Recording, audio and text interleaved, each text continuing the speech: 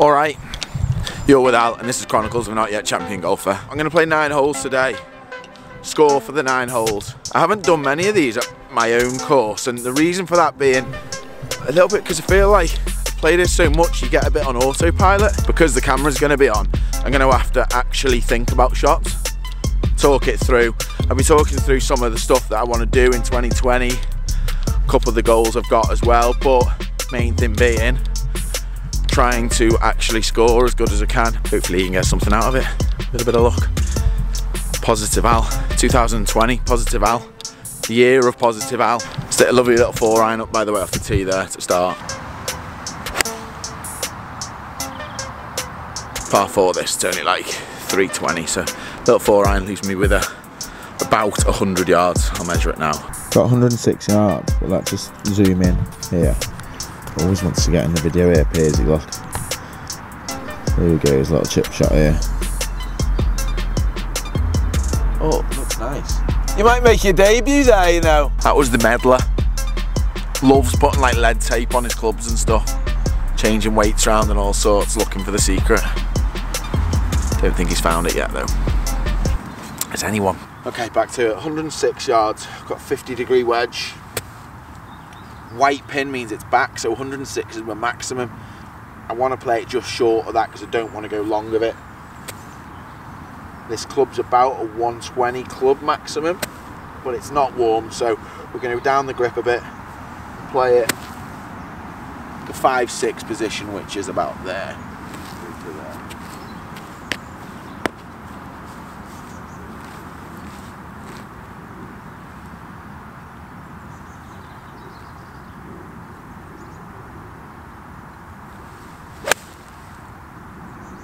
Drifted a bit.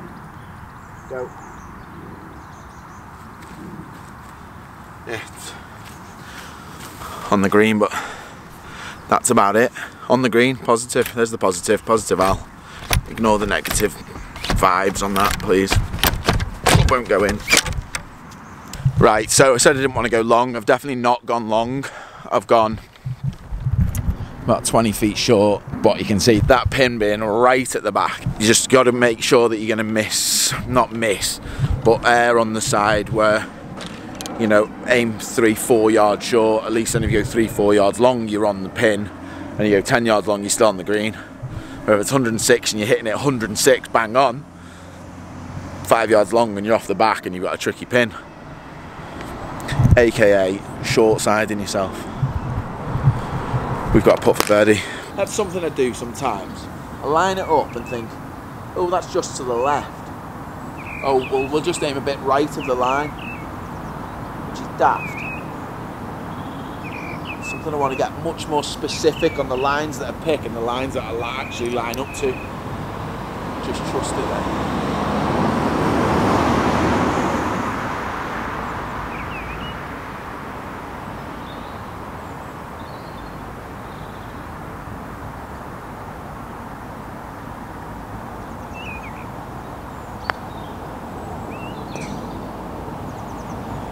More than I thought that. Yeah, if you're playing a practice round, you can just tap them in, or go to tap them in and miss, and you get in the tournament, and even them can feel a little bit nervy if you're not used to finishing out. So yeah, I just want to get used to that again, to get back into it.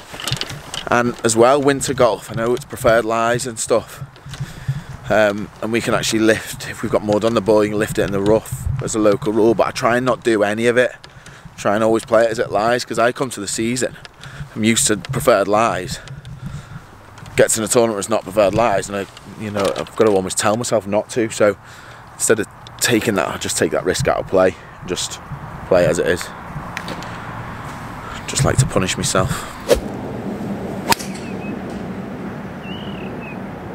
Stay in the fairway. Was hitting 3-wood then, because there's a tross trap. There's no such thing as a tross trap. There's a cross trap. There's a bunker, big bunker, about, I think it's about 275. So I hit 3-wood to lay up of that, but actually right of it anyway, to be fair, but it just takes a bit of trouble out of play. I always try and measure it and see what the bunkers short are, what the bunkers are long, and definitely whatever don't bring the short bunkers into play because that's worse. I'd rather bring the far one into play than short ones. You can see there's a bunker there, and then the far one there. There's one on the right. So I knew 3 wood pretty sure be short of that cross bunker.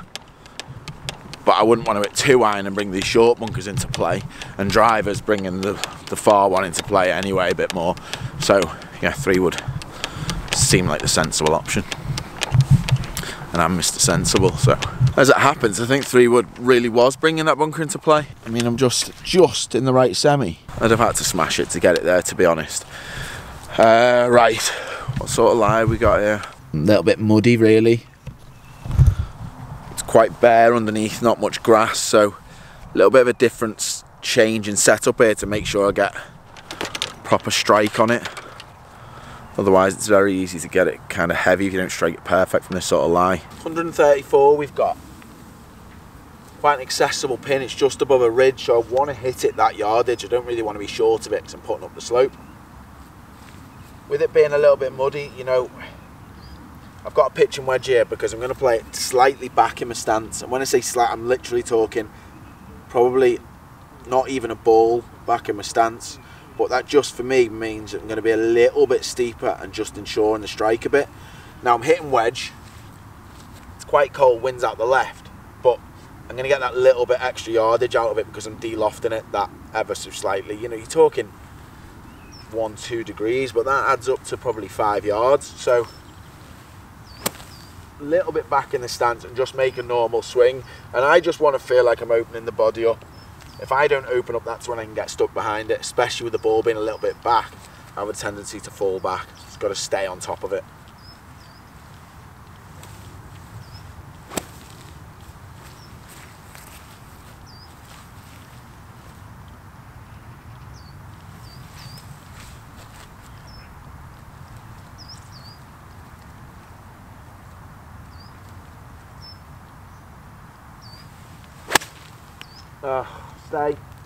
Stay. Oh, it's alright. Go a bit then. Oh, it's quite nice actually. I mean, it's probably like maybe 8 feet right. But I just felt like I saved it a little bit. Didn't quite commit to it, to be honest. It's funny, you can tell when you haven't played for a while, and I haven't played over like Christmas and everything like that. It's the first time I've played since.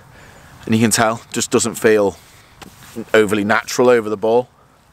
But it worked out. I actually love getting out on the course. Like, as soon as it turns New Year and you've got Masters to look forward to and the proper season kicks off, you feel like it's hard to, almost feel like it's hard to get yourself really motivated during like November, you know, sort of November, December. If you've not got much on, it's hard to get out. You feel like you're almost like not getting closer to the season. But now it feels like you're there and you've got work to do and you feel like you've got a bit of direction. Well, I do anyway. I've got my first lesson next week, so we'll see where we're up to. I'll try and give you a little update on that. I'll put that on Instagram actually, where I'm up to with my technique. So if you look out for that. I'm going to move more than that.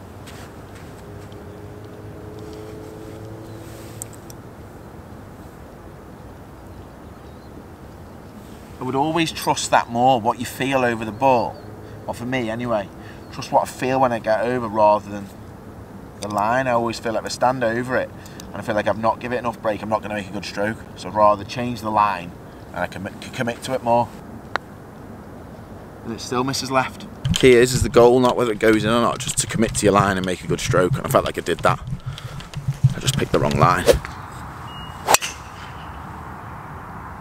Par 5 this, but winter golf course. Tee's quite a way forward. So I mix it up really. There's 2 par 5s on this 9. One of them I choose to lay up with a second shot and try and make birdie by pitching it up and down, play it as a par 5, and the other one I play it as a par 4. So this one, I'm going to play this one as a par 4. So it plays quite a tough hole then. You know, it changes a hole that you feel is an easy birdie really into quite a tough par 4, which is mad, the psychology of that, because if it's a par 5 you're thinking, oh yeah, easy birdie here. As soon as it changes into a par 4, it's a tough par 4. but it's still a 4, isn't it? Regardless whether it's a par 5 or a par 4. So the psychology, mentality of things is tough, and that's something I really want to work on this year, because last year I feel, and for a while really, I feel a lot of my mistakes come from, and this sounds mad, but it comes from like mid-swing stupid thoughts. So I could like literally make a swing, and it's almost like I say to myself, oh, for a laugh, just say snap hook in your head, and surprise, surprise, you snap hook it, or oh, block right, you know, like crazy, or a little bit of some sort of mad thought middle of your swing. And I read something on Twitter, someone put the other day, I can't remember what it was, Nick Faldo was answering questions anyway, and someone said, when you're nervous on a shot, what's your last thought? And he said, I take a deep breath and think of the ball going to the target. And I think that's good, you know, deep breath, slowing you down, slowing your breathing down, slowing your heart rate down, frees a bit of tension. Last thought is the target. Dead simple. And that's something I've really got to focus on next year. I'm going to work with a psychologist next year as well. Say next year, I mean next coming season. So this year. Yeah, I'm going to work with a psychologist and really try and apply myself properly, because I think that's something that's held me back a little bit. I've got better through doing the videos, and confidence-wise has got a lot better. But that's, yeah, it's something that I really want to address and make sure those unnecessary brain farts, so to speak, don't happen, because that's something that's in my control. I'm always going to hit bad shots, but thinking is in my control. So anyway, here's our drive. So par 5, it's not par 5, we're playing it's par 4, but I've hit a very nice drive actually. There's the pin,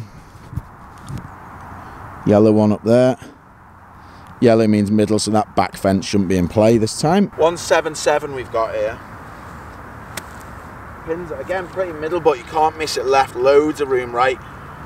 So I'm going to aim at the pin and just literally attempt to hit about a 2-yard fade. I just feel if it's moving left to right, it's a little safer.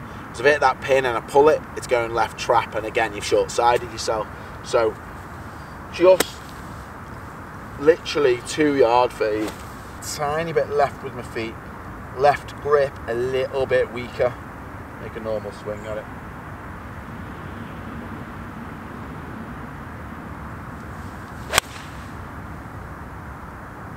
The right shape, it's a little thin to be honest. Go, go. Shape was good, strike was not. Rusty is the word. Rusty. So in terms of like swing goals and stuff for next year, or like last year we had the 120 mile an hour driver swing speed that I tried to do throughout the year. It took me a while to get there, but I got there in the end. But I want to make that, I really want to cement that. Like I don't want to just get there and then stop. I'm going to keep working on that so they get more and more and more comfortable at speed, so that, you know, come the season I feel like I'm swinging in control, but still, you know, my average swing maybe being 116 mile an hour rather than the 110 or 109 that it was to start. I could get it up to 114 max out, like, but you know, to get it up 6 mile an hour, I'm proud that I did it, but I just want to cement that and make sure that work continues. So I'll carry on documenting that throughout the year as well, which Paul will be made up of me knocking on his door at 7 in the morning wanting to do swing speed. But so here's our ball anyway. I don't know why I'm so out of breath.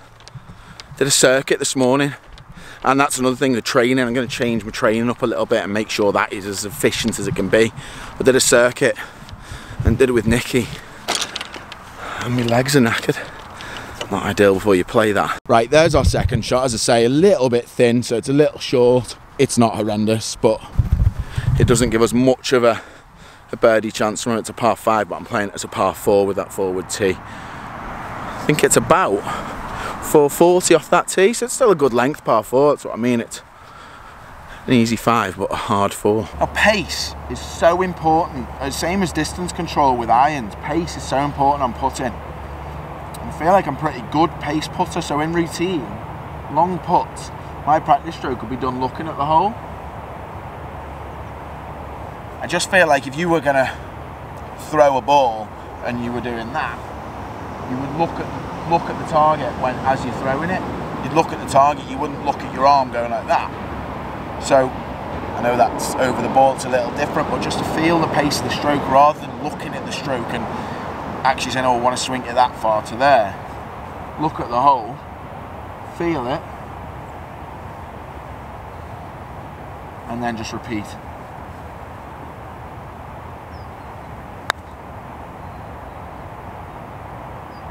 Ah, oh, it's gone right. Pace was spot on though, so yes, that worked. It's usually those ones when you sort of tell out you're going to get the pace, and then you do it and you come to it and you bolt it about 12 foot past. 3 pars, level through 3. That was a half a birdie. It wasn't.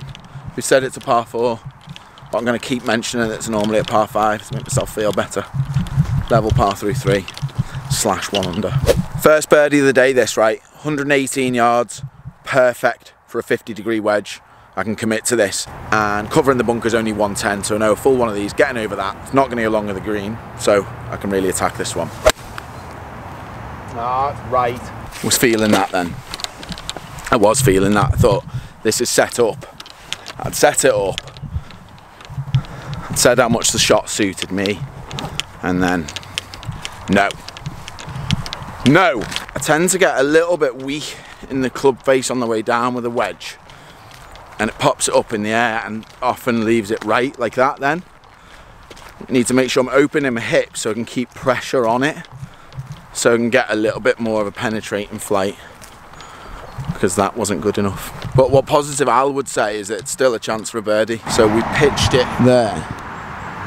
It's gone to there. Something you need to be cautious of when you're hitting quite a hard wedge or end of wedge of any time. That was my 50 into a green. It's going to spin more, especially when the greens are soft in the winter. This is where the geese were last year, but they've gone, so no geese to show you. No, you haven't got it, have you? You quite clearly haven't got it. Don't be negative.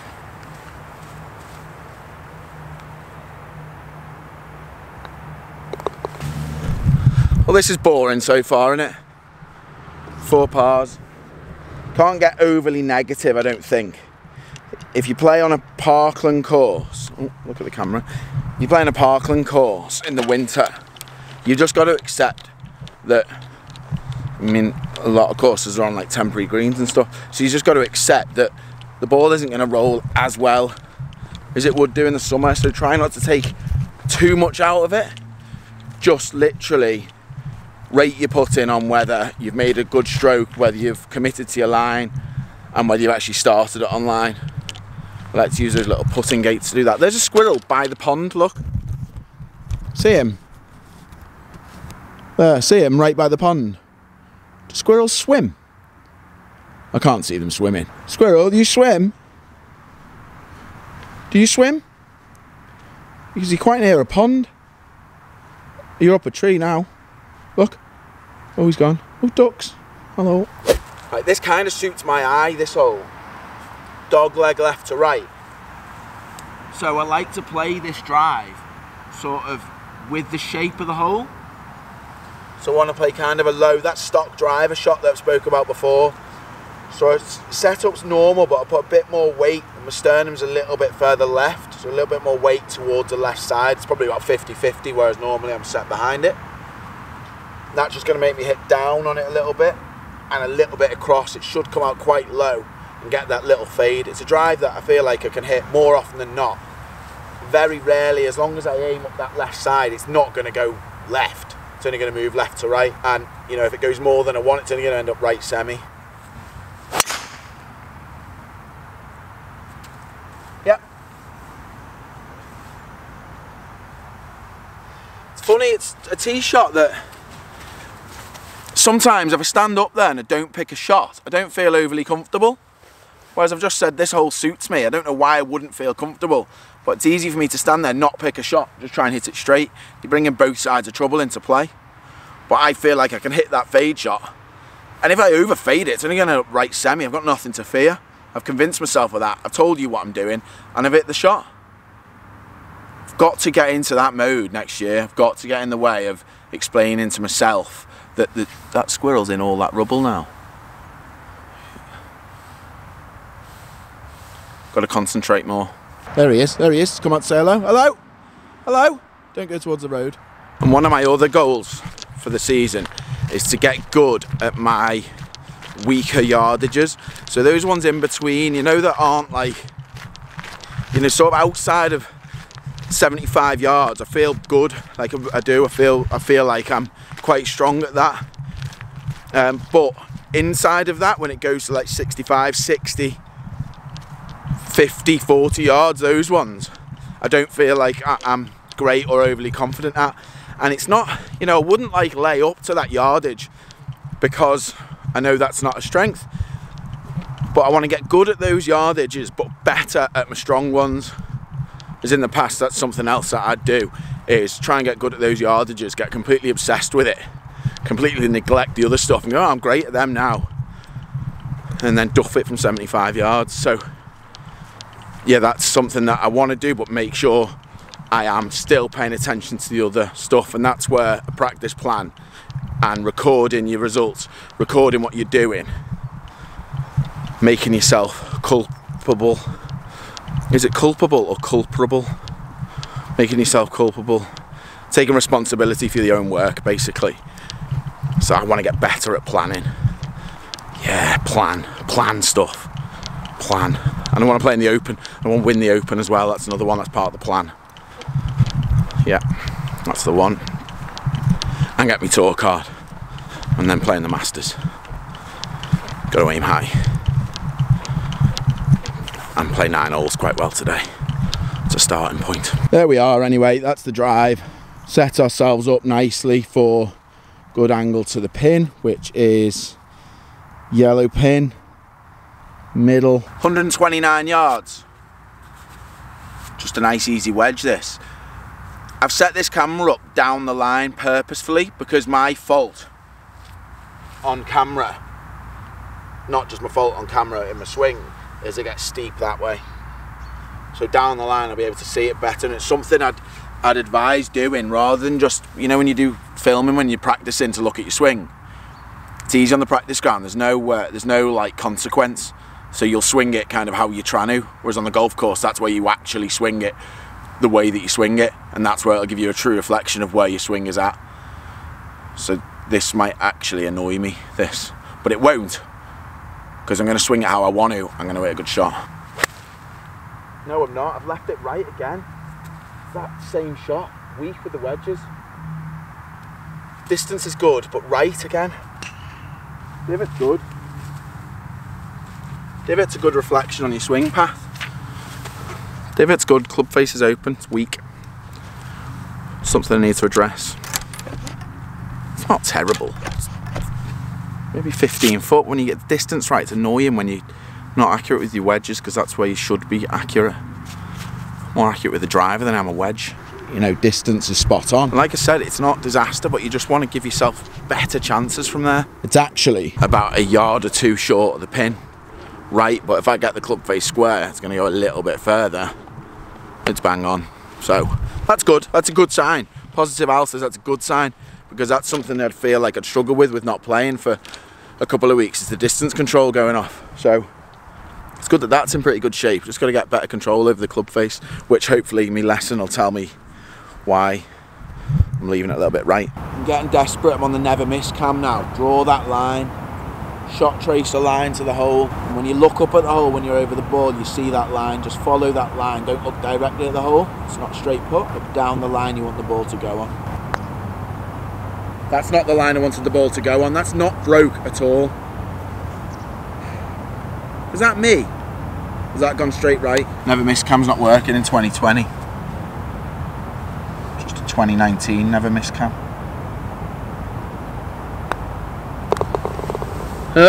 Pa pa pa pa pa pa pa pa pa. Any danger or what?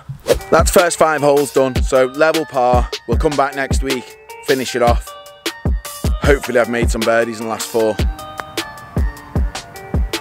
Yes! No one's here. Thanks for watching. I'll see you next Tuesday.